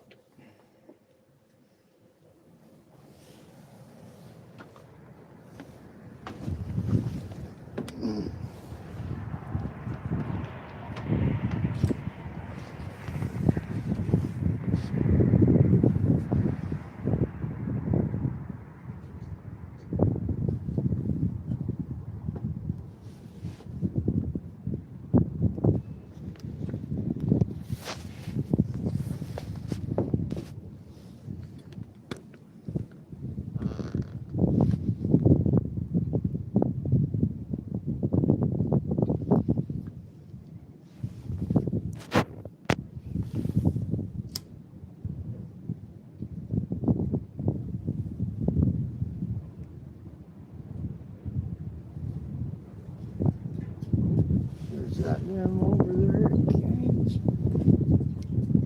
Some kind of a big truck. Oh, my eyes are too fucked, I can't see it.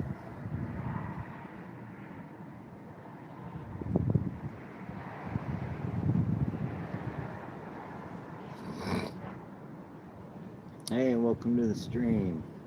Still waiting on the vacuum to show up. I'm not sure, but that possibly might be it at the drive-thru at Kane's. There's a big funky looking truck, but I can't tell if that's it or not.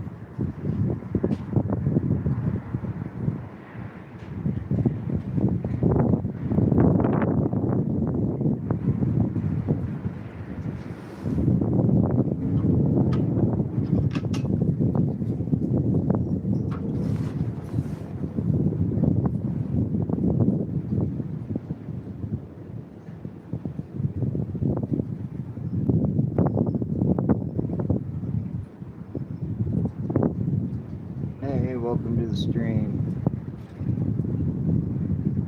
Sorry about the wind noise, it's getting kind of loud. Just stepped out to have a cigarette real quick. I'm trying to not talk too much, it's getting kind of late for the neighbors.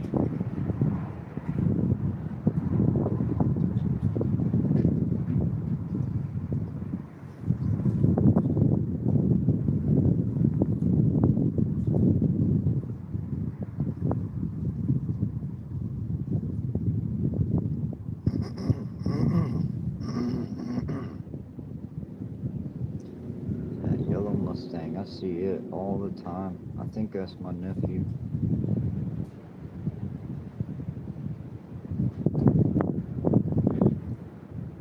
I think that might possibly be Timothy. It's too far away. There's another newer yellow Mustang that runs around here, but Timothy's is a little bit older looking, but didn't get that good of a look at it.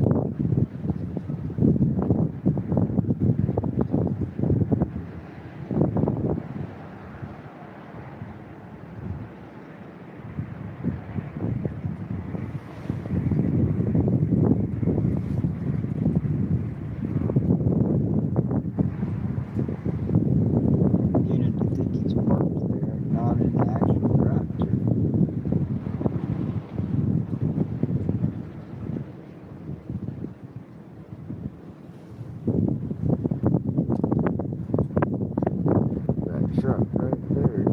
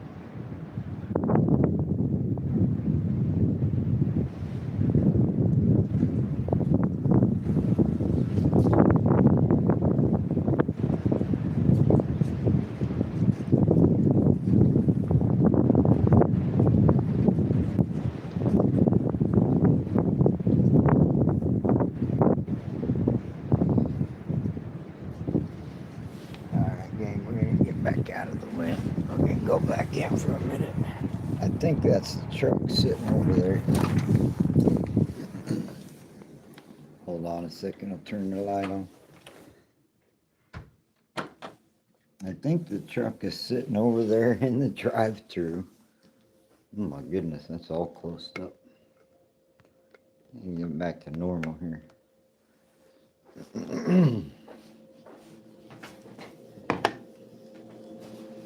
Back to the coffee warming station. And my cook some French toast. It looks nasty, doesn't it? It's just French toast. Don't freak out. My handy dandy indoor outdoor coffee warmer. My indoor outdoor skin.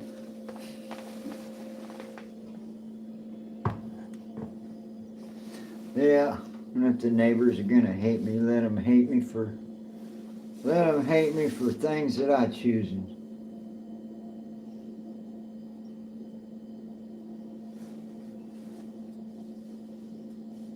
All right, on man.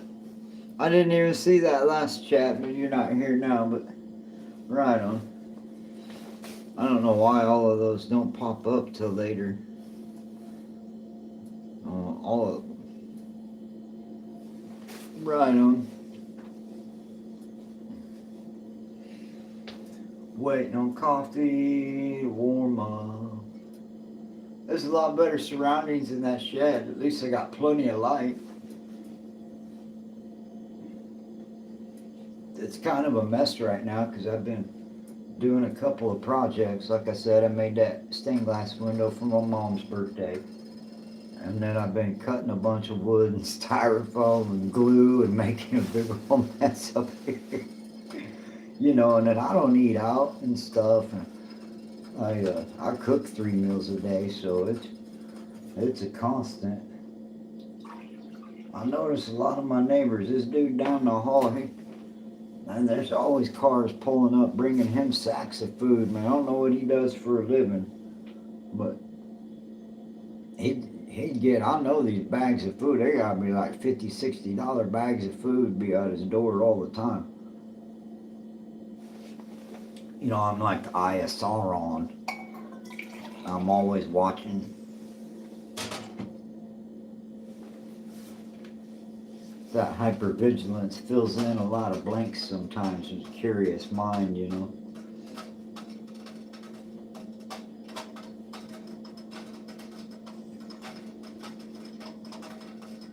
Do you have a problem with your coffee being premature and fake warm? So you have to pour it back in the cup and warm it back on the stove again? Do you refuse to use a microwave because it makes you anxious and causes you to be aggressive? Then you might be hypersensitive and in need of a big fat bowl of weed. I think that's what we'll do next. We'll address some of those hypersensitivity issues real quick.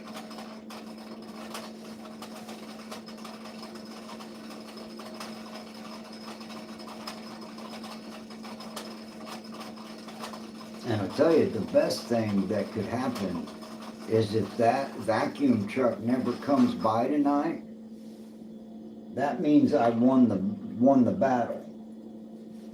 Because the first week, the dude literally was walking right next to our building at 1 o'clock in the morning with a leaf blower. And so I haven't seen him, but the big truck still comes. So after the codes administration officer saw this video, we might not see the vacuum trucks tonight. That would be a huge win. So we're waiting to find out. I don't know if we're celebrating or just surviving. We'll soon know.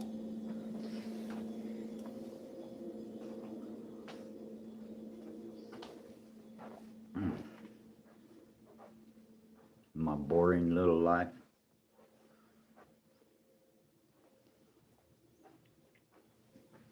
All right, y'all. I need to go to the little moderator's room. I'm going to leave you in the good hands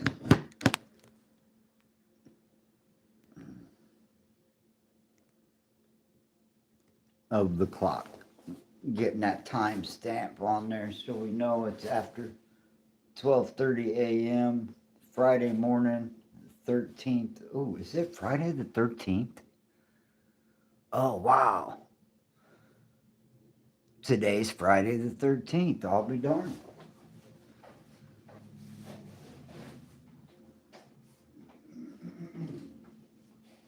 I didn't even know.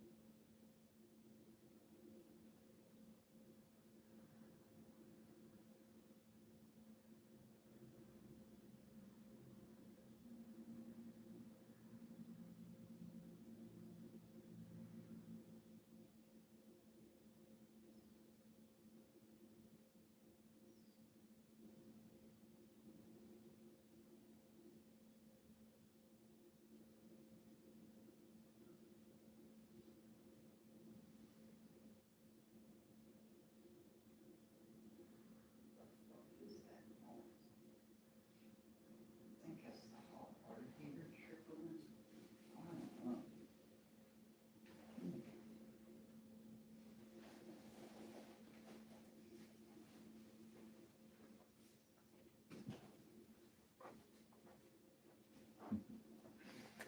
All right, I'm back. Welcome back to the silliness. We're gonna.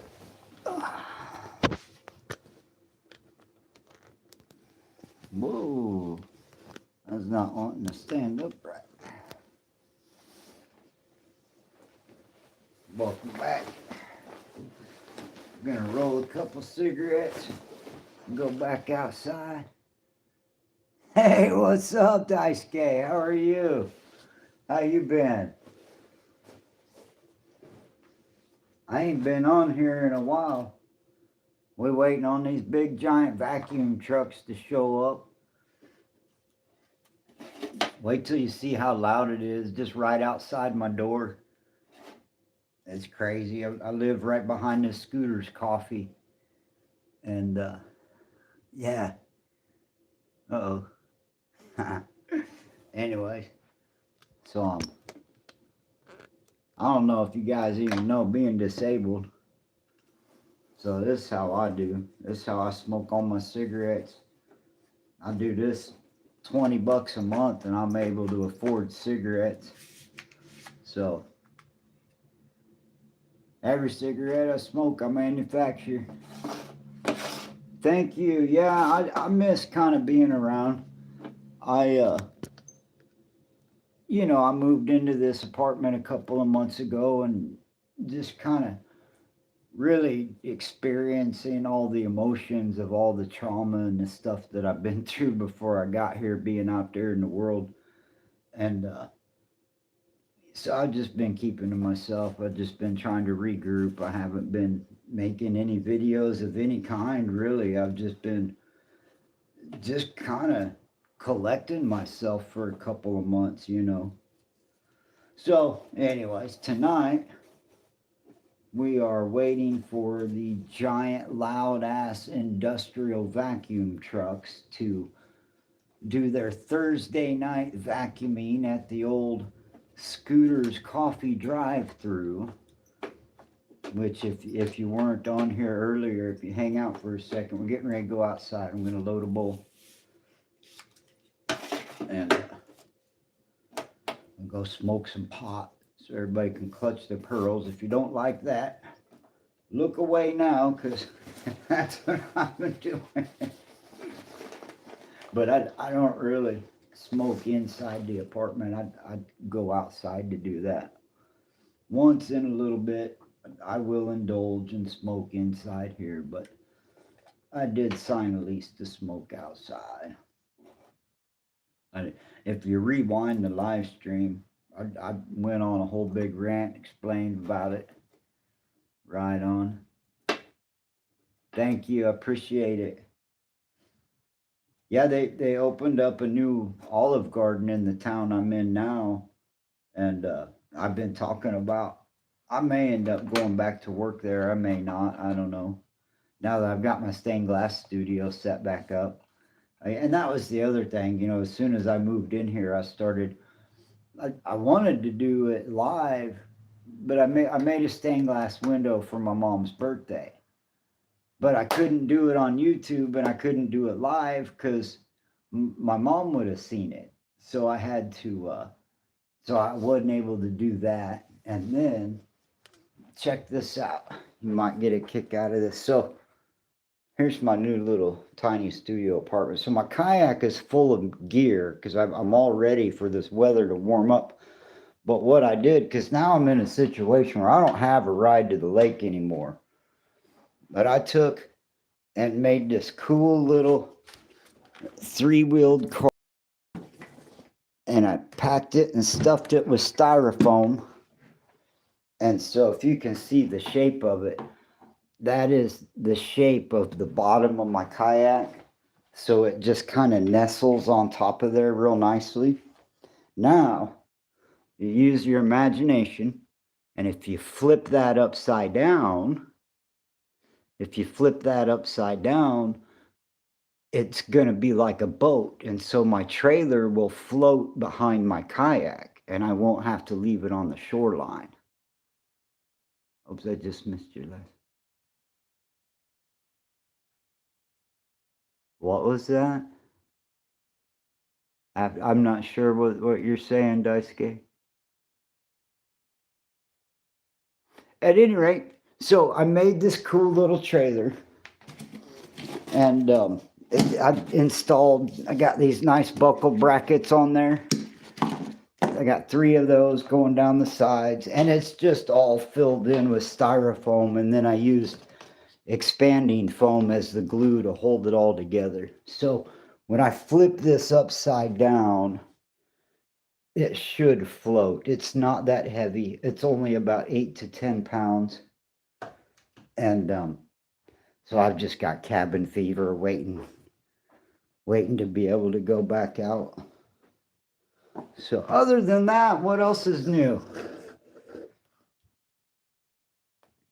My nephew's on his way back from Chicago, had his knee surgery today. Did some advanced sports, you know, he's a basketball player. He plays for European League. He used to play for the Charlotte Hornets. But he had some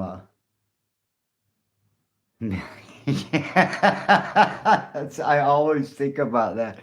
I have a giant piece of mosquito netting that I thought about using to wrap that, you know, like fake fiberglass, because what that is all wrapped in. Yeah, exactly. But what I did is cheaper. It's called poor man's fiberglass. You get that Type Bond 3 glue. It's waterproof. And then you just do it like paper mache, and instead of newspapers, you use strips of material. So I went all the way around all my wood, basically, like, and I kept thinking of that guy building those crazy boats and cutting them in half and filling them in. And if you were really to do that, that would make your boat about $1,000 because if you do the math on how expensive that stuff is, Billy Mays Billy Mays was taking $500 boats and turning them into $1,000 boats just from all those chemicals. But yeah, I'm with you. That's what I thought of too. Anyway. All right, I'm gonna tone my volume down a little bit. I'm probably being too loud tonight, but like I say, when these big vacuum trucks show up, it doesn't matter. It's so damn loud, it wakes everybody up. But I'm gonna go outside and have a smoke. And like I say, it might be a victory if they don't show up.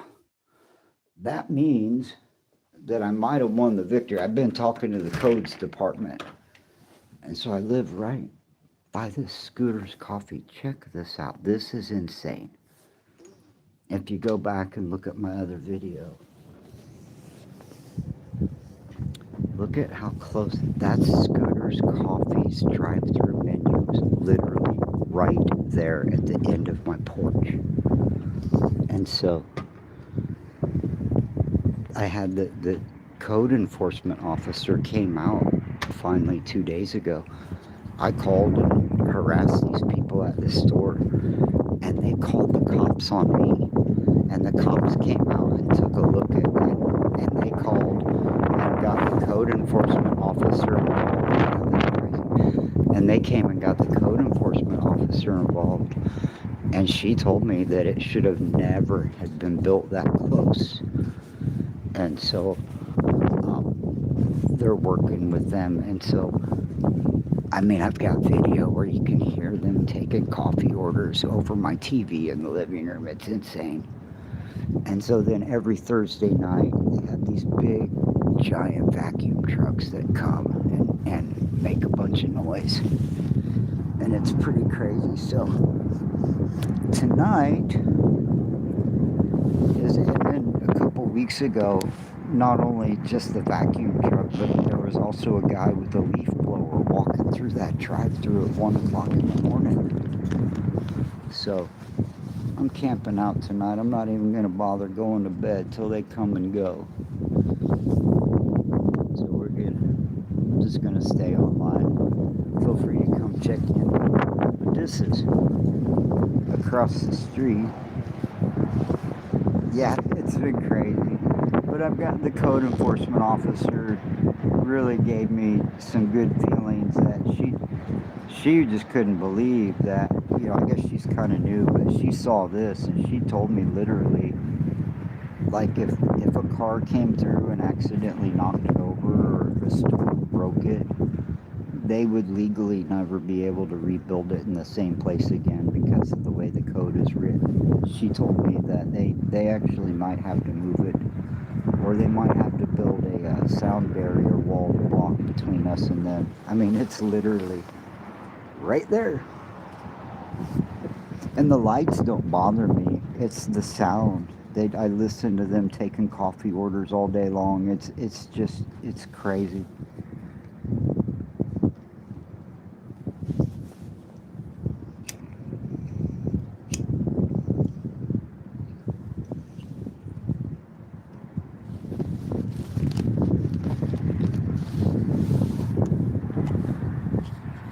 That's the vacuum truck just sitting over there parked.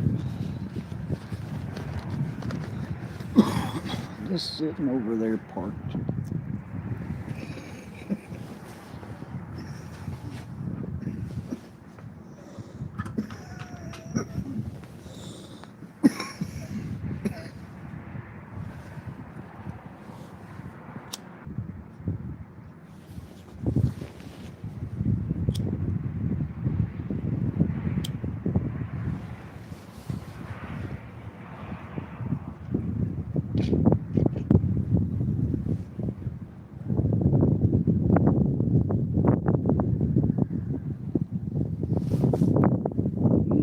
I think they're on the move.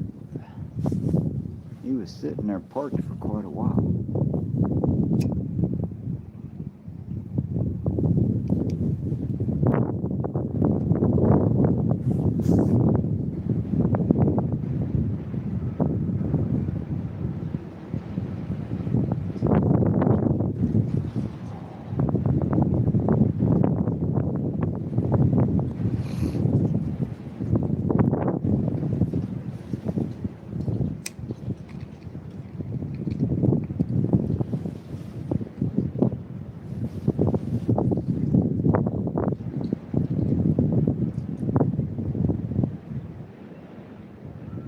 Well, Bubba, I don't think that's it. That's somebody else's truck getting towed.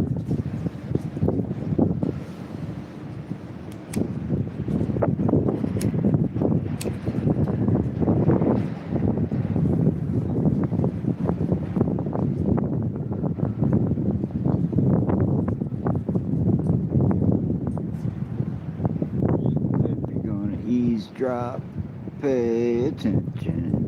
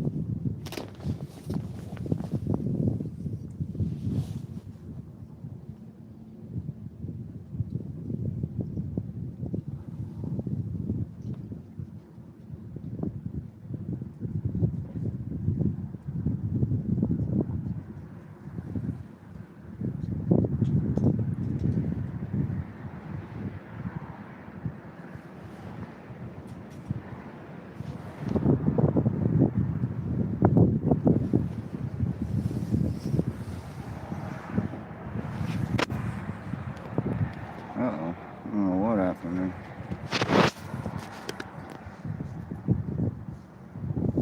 Oh, it's just such a close-up.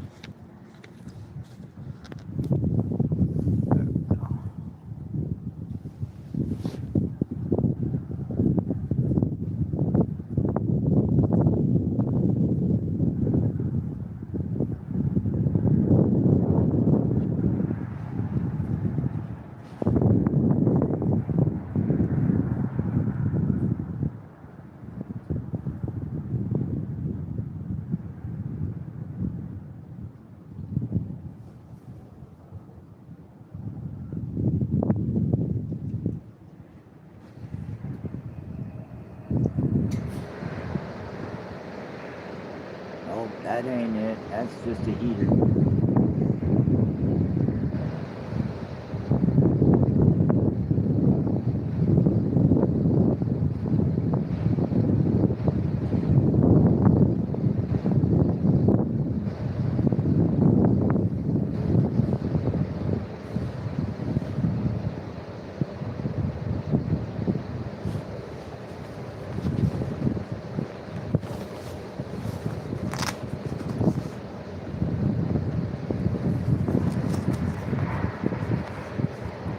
Alright.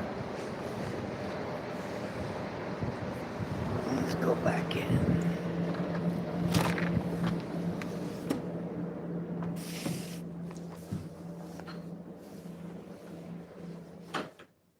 Ooh, I just caught that in time. It was about just about almost slammed it accidentally. Well, it's 1 a.m. and the parking lot cleaners have not shown up. But it is the 13th. I did not realize it was Friday the 13th.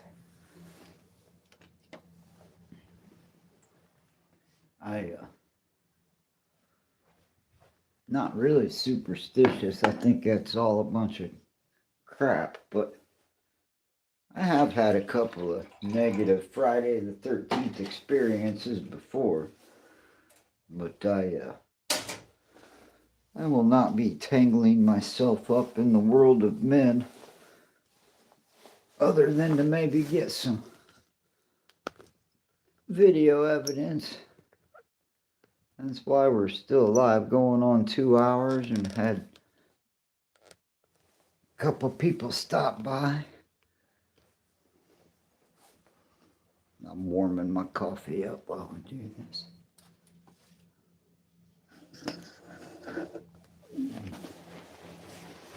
My little $90 Walmart chair. Made a perfect coat rack. Kind of a crazy bachelor pad. I don't really have it decorated with nothing. You know. Let's see if my Wi-Fi is still working while I'm... Oh, it does still work while I'm live. How about that? We'll check on the war to see if we're still alive.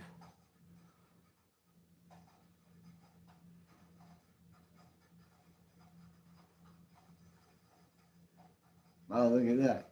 I'll get myself live. What's the delay?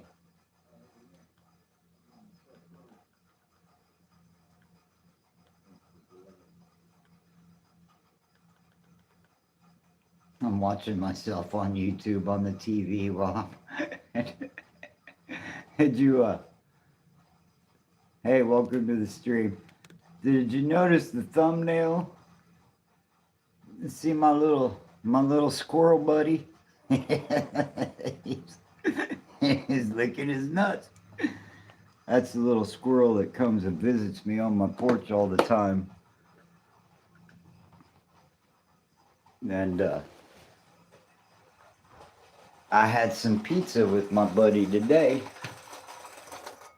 I don't know how to, I don't want to mess around with my live stream and try to put a clip on while I'm live. And I think I'd have to be on StreamYard and all that stuff. I'm not really. It's too late at night. But yeah, I got a cute little video. Me and the squirrel eating pizza together today. But let's see if we're still alive. Have the drones attacked us? Are we all? Did we miss Armageddon? Is Armageddon over? Were we late for the apocalypse or are we early?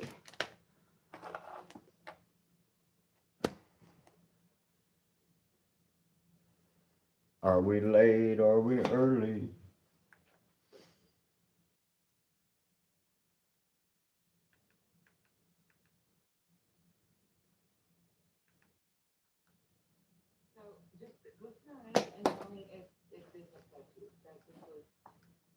Here, watch this. We're currently live streaming Sandy Diva.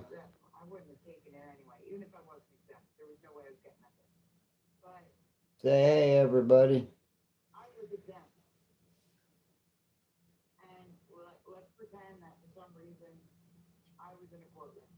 Let's see if anybody notices live streaming Sandy's stream.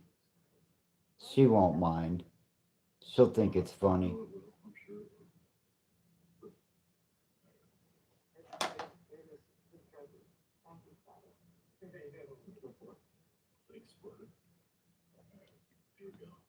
This is Sandy Diva's Mandela channel. A lot of good people on here. They really detailed information about all the different Mandela effects and different stuff.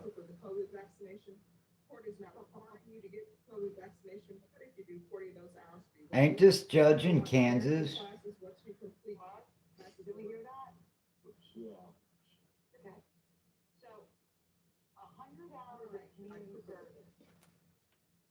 If you take the COVID vaccine, now you're with the other videos, say that. You almost half will be taken away. Wow. That's a lot different than a free burger and fries or a donut. Yeah. Oh, and that's. And what did this lady do? What is she getting sentenced for? She was a bystander. So she was 8 months pregnant, and her boyfriend was stealing catalytic converters. 16 of them were stolen from school buses. Oh, she was there on the scene. She's stealing catalytic converters from school buses. Why not? Oh, that's funny.